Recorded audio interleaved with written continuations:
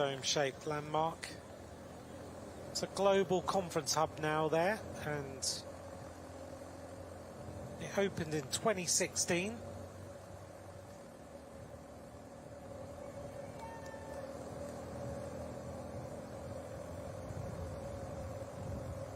Cosarez has completed that lap. The average speed 41.6 on that first lap, which is a pretty rapid tempo. The average speed of the opening lap of the junior race was actually 41.8. So that lap was just a little bit slower than the junior race. Shows how well the juniors were going earlier. The pattern of this under-23 race, though, should be a little bit different.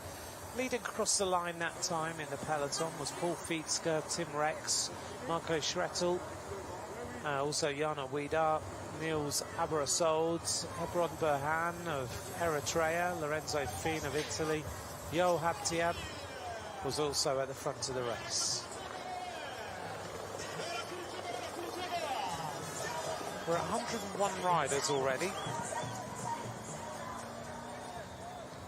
So we've lost 17 riders from the peloton on that first lap of racing.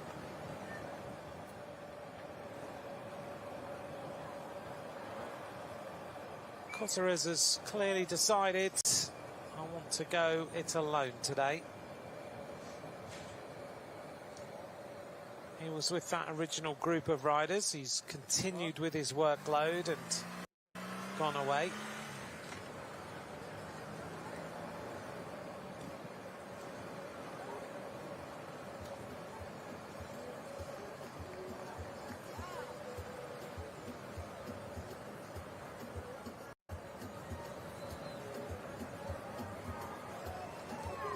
It's too hot, match leaves. Guys, you need to stay hydrated.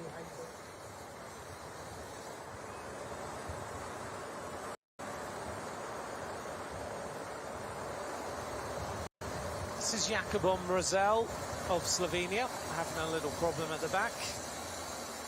Try this at home. He's obviously got a problem with this.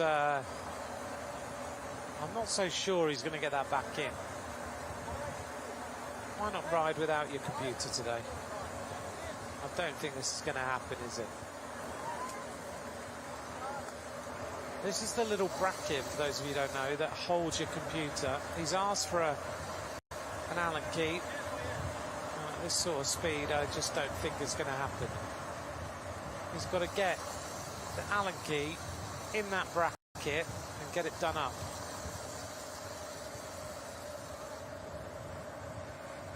Why not go old school, take your computer off and ride? You never know what might happen.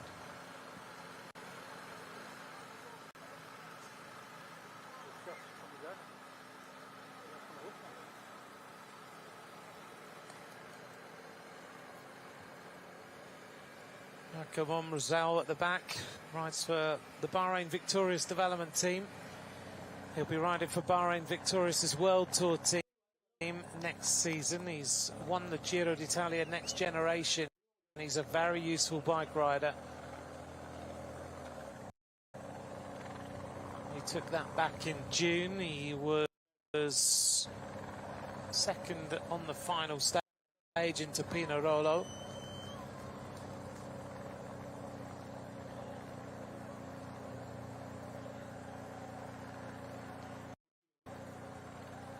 He's fourth overall. That's a good idea. Swap into another bike.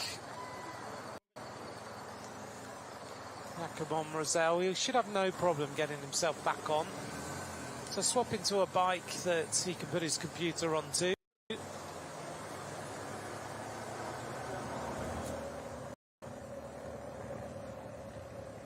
19 years of age. Jakobom Rosell. One in Novo Mesto. There's a few riders here in the pits are bringing their race to an end, unfortunately, at the end of the first lap. Amaru Musa of Cameroon looks like,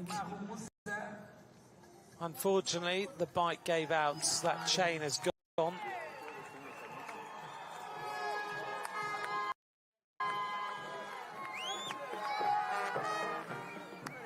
with his advance. We were talking about 1996, the first edition of this Under-23 World Championship. In the last few years, riders who have medalled in this championship are already, of course, top World Tour riders. Biniam Girmay was a rider who finished in the silver medal position in 2021. Girmay, such a trailblazer for African sport. Green jersey of the Tour de France just a few years later. And on that day, it was Baroncini who took the victory. Biniam Girmay was second, and he beat Olav Koy, who was in third place. So some fast sprinters that day. In 2019, it was Samuele Battistella ahead of Stefan Bissegger and Tom Pidcock. But that was the day when the result was changed right at the finish after the chase of the Dutch rider. Soren Varenskold has taken a bronze medal in 2022. Axel Laurence, I mentioned, the winner in 2023, as now the Belgian team come to the front. But other winners of this race in the history of this championship, Mark Hirschi was the winner in 2018. The year before, it was Benoit Cosnefroy. We go back to 2013, Matej Moric took the victory. That was the year after he'd taken the junior victory. And I think that's the first day, as we see Jakob Omrosel come back. He's one of the race favourites for today.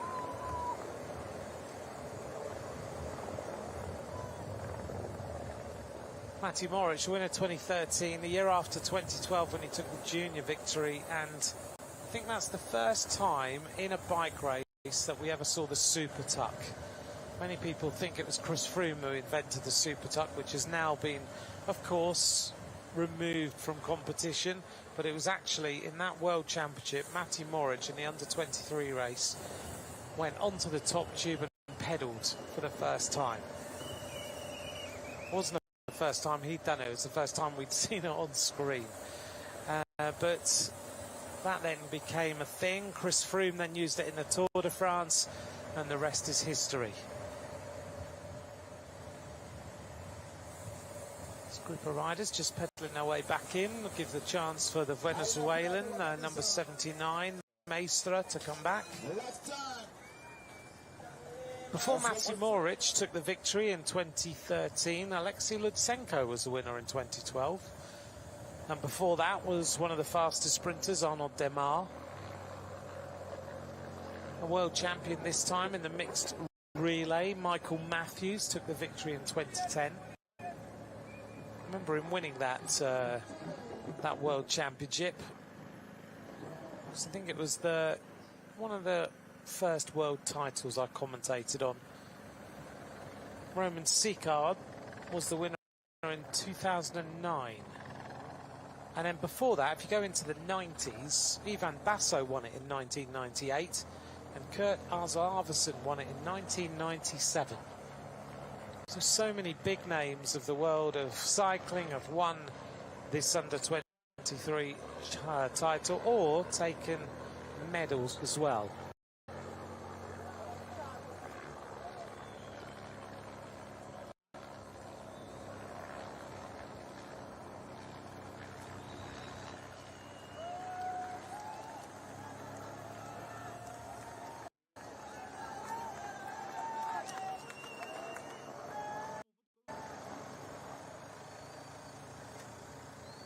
This peloton working its way now to Kigali Golf. We're about to hit the bottom of it now. One thing that was also interesting was in 1996 in Lugano is that Italy took 1, 2, 3. And then they did it again in 1998 when Basso did take the victory, and he beat Nocentini into second and Danilo De Luca into third. So 3 Italians in the top places overall. Cosrez continues with his attack. France got a 1-2 in 2011 with Démare and Audrien Petit. And other riders who've taken medals in recent years, Pascal Ackermann, Leonard Kemner. We've mentioned Olav Koy. Louis Menkes took silver in 2013 in Firenze behind Matej Moric. Brian Cockard took a silver in 2012, so it just shows you just how important this actual race is and how you can become one of the top riders in the world if you take the under-23 world title. Italy have got the most medals, 16 in total, with 6 gold, 6 silvers and 4 bronze.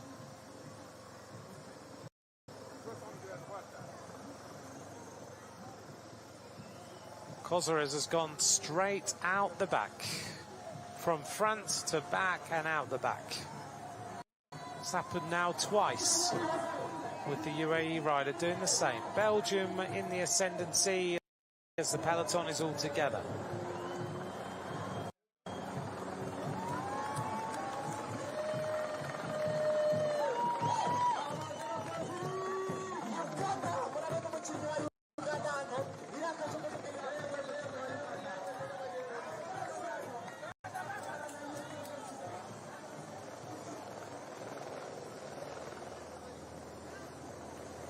The Ugandan rider is distanced. Shafiq Mugalu. They've got 2 riders in here. Laurent is also in there as well.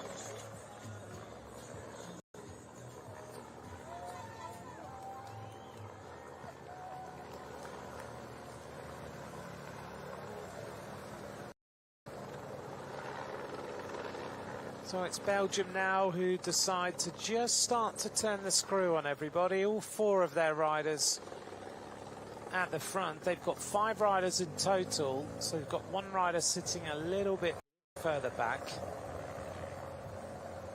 But this team are obviously deciding, let's take this on early, let's make life a little bit difficult for the rest of the peloton. As the Mauritian rider goes out the back, this is Piat. I think tomorrow we might see a lot more of this Mauritian jersey. Kim McCaw, one of the favourites for the women's race. Greenwood, Zach Marriage and Hamish McKenzie.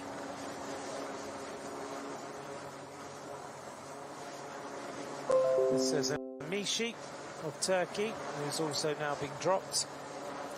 And I think this is going to be that sort of situation throughout most of today, where we're just going to see riders getting more and more distanced. On the front of the peloton, Tim Rex of Belgium. He's the one who's been asked to do the work.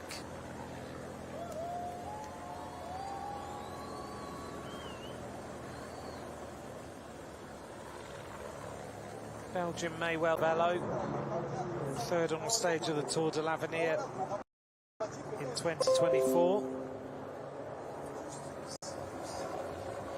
So many of these under-23 riders are moving into the World Tour so early.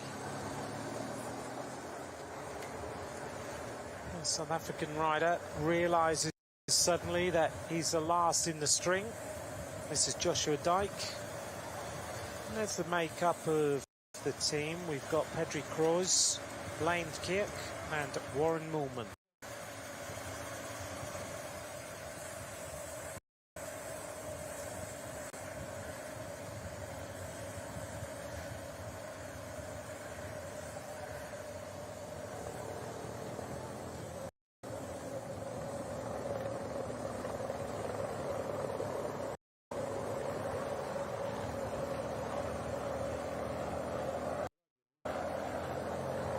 Tim Rex on the front, 8th in the Liège-Bastogne-Liège for under-23 riders in 2024.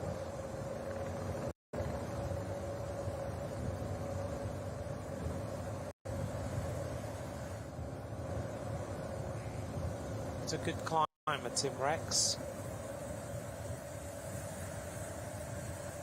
Doesn't look that fast, does it? 76 kilometers an hour down this particular section. We're almost at Kimerarura for the 2nd time. Got about 400 metres until we reach the cobbles. And we'll see what sort of damage the cobbles will do this time. Certainly it's getting getting rid of riders every single lap.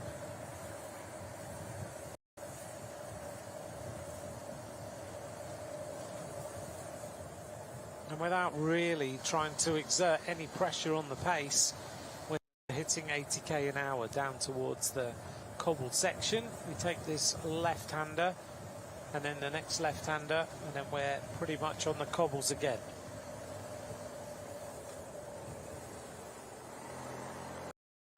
Here we are onto the cobbles. Belgium in the ascendancy at the front of this peloton. The team of Italy just sitting behind. That's Pietro Matteo, who's there. Oops, problem here for New Zealand. This is the only New Zealand rider, Redmond Connolly. And he's got gear problems. He's managed to get it going by the looks of things. He's got a bit of a chase on his hands now, the New Zealander. Only 4 New Zealand riders are actually here at these World Championships. So you want to give him the best chance possible, keep him in that peloton, and see if he can produce something for New Zealand this afternoon. We're into the afternoon now. It's 20 to 1 here in Kigali.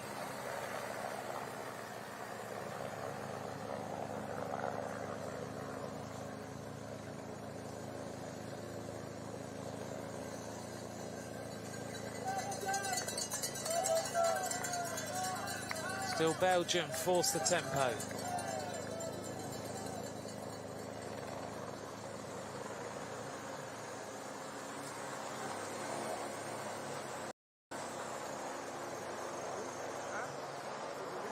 So an important and nice touch today, as we just see Delay go out the back for Tunisia, number 95.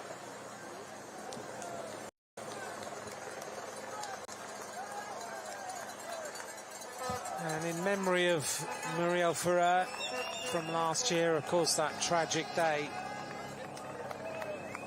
Muriel Ferrer, the UCI has announced that number 84 will never again be used in the junior women's road race at the UCI Road World Championships in memory of Muriel Ferrer, who died after that crash last year.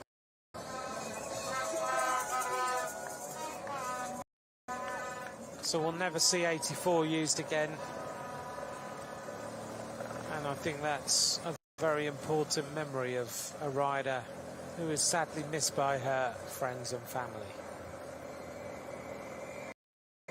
One thing that has come out of what happened with Muriel Ferrer last year, as we look here at Amy Rimmer-Mazera going out the back, is that you'll see underneath the saddles of all these riders there is a little pack, a data pack, and that data pack is now being used for safety, and it gives it means that everybody knows that all the riders are still on the route, and that's an important innovation that's been added. Very, very important in terms of the memory of Muriel. So Belgium continue with the pressure, forcing the pace. See the peloton, everybody just hunched over, riders just being dropped, one of the Czechia riders going back in the convoy as well. It'll be interesting to see how many riders are left at the end of this lap. We had, what, 101 riders left in the main bulk of the race.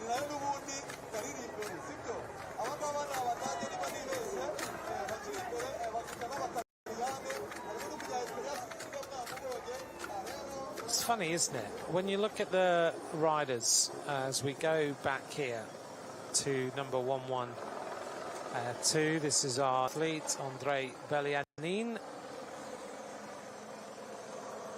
It's incredible when you look at the Slovenian riders, how their position and their style mirrors Tadej Pogačar. And I don't know whether it's the way that they do their bike fits or bike setups in Slovenia, but I mean, it's a good thing to copy. He's the most talented bike rider of his generation. But when you watch Jakob Omrazel, who rides for the Bahrain Victorious development team, and we'll move into Bahrain victorious. When he's climbing on that cobbled section, he has exactly the same style, pretty much, as Tadej Pogačar. And it's all the way through this Slovenian team, that the way they hold the bars, the way they ride. Actually, they are full now. You can see it with the rider in the blue and white helmet. The style is so similar. Coming up to the end of this lap, we'll have 9 laps of racing to go. We'll see what the average speed is. It was 41.6 last time.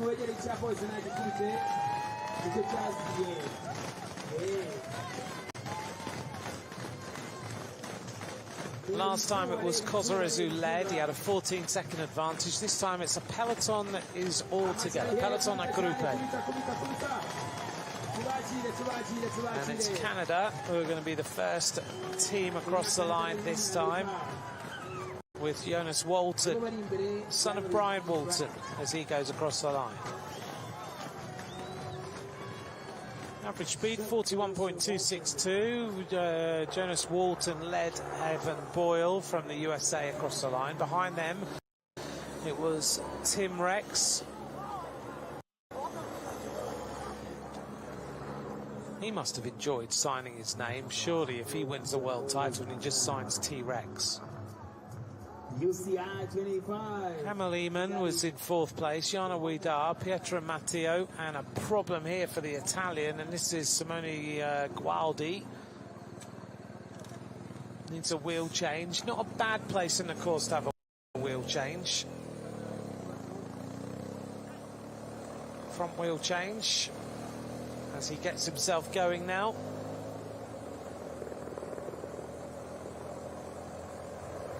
Eritrean Hebron Bahan also up towards the front of the peloton in 15th place.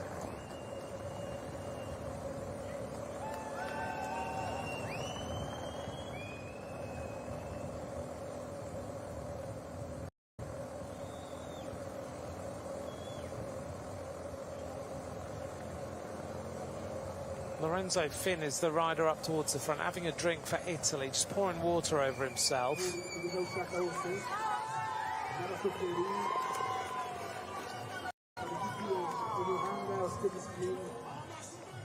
Jonas Walton from Canada across the line first. Son of Brian Walton, who rode for 7-Eleven and Saturn.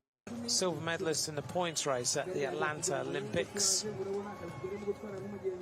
He also won a stage of the Tour of Langkawi in 1997, and the Tour of Langkawi will start on Sunday. One of the most important Asian races.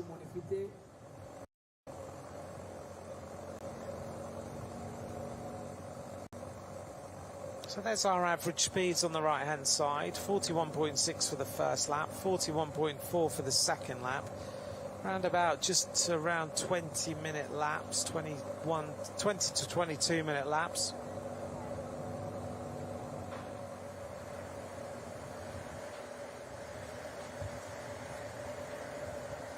Sitting right on the back of the peloton now, Halvor Dolven of Norway. Slovakia with number 56 there, that's Schwarzbacher. And number 120 there is in the group of riders, that's Kam Chin-pok of Macau. Another Chinese rider sitting in front, number 59, Li Yu.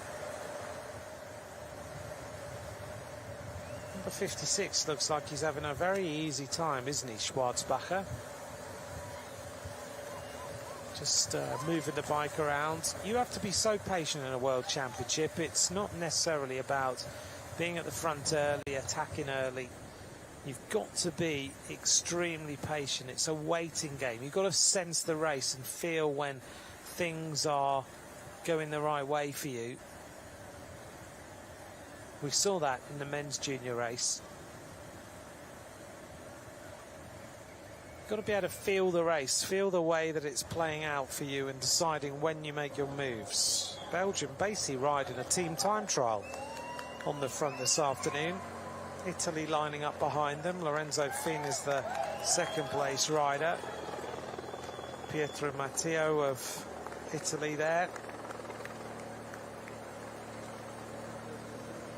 Lorenzo Finn, junior world champion. Mum's Italian, dad is British. So when you listen to him, he has a very, very good English.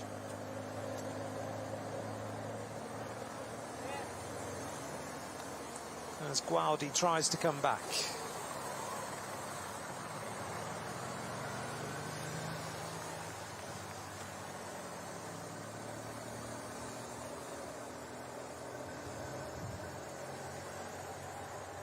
So Gualdi just getting a little bit of water, pouring it over himself. It is getting more intense, the weather this afternoon. After last night it rained, it meant that it was a little bit fresher this morning. But now you're getting that intensity of heat and the altitude and everything combined. The more dense air that there is that we've been experiencing over the last few days.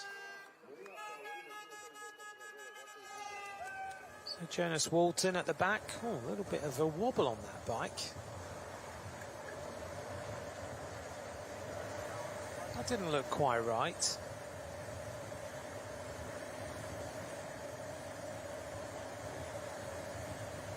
Why, but his bike was kind of moving around underneath him there.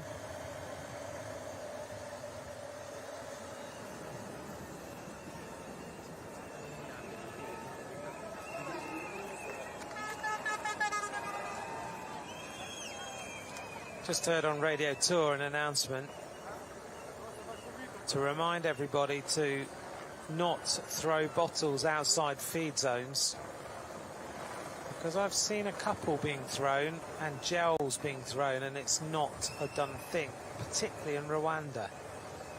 So they've just put a warning out to stop that happening. I have to say I was impressed that here in Rwanda, single-use plastic bags are completely banned. You can't bring them into the country at all. That is a great focus on getting rid of the single-use plastics across the world, at least trying to do something in this country. And actually, when you look, there is no litter around this. I've not seen anything at the side of the roads.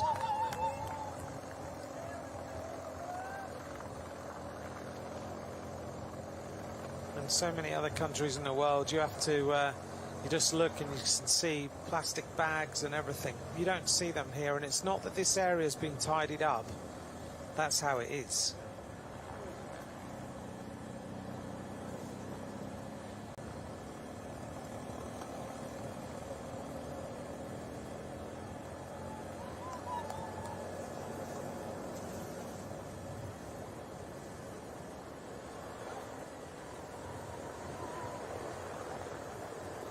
Almost at the bottom of Kigali Gulf again. Less than we're just about 2 kilometres there till we reach there again.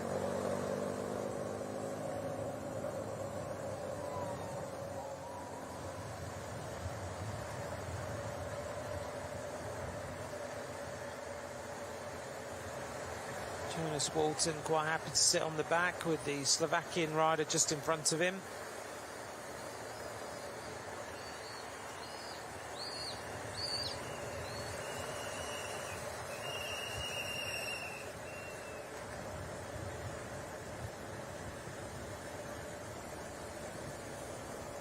Let's see what sort of damage Kigali Gulf does this time.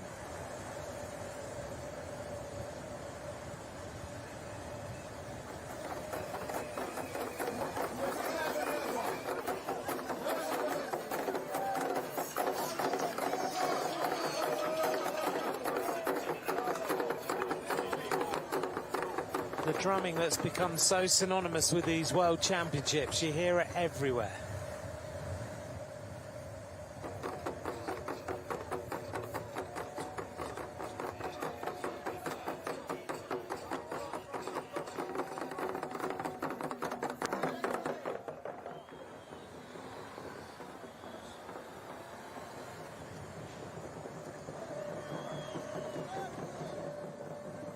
Belgium carry on with their pacemaking.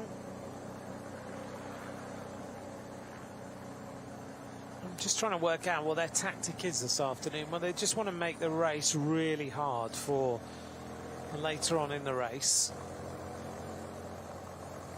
They've obviously decided they need to keep this momentum very, very high. They've got Jarno Wiedaert, who rides for the Lotto team.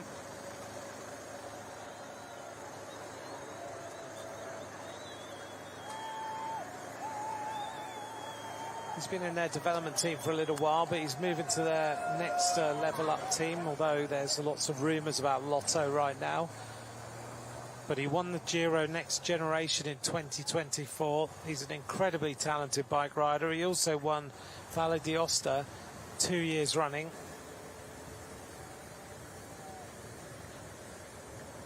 He's also won the under-23 Liège-Bastogne-Liège, the under-23 Flèche Ardennaises. He's an incredible bike rider, and he is potentially Belgium's winner of today.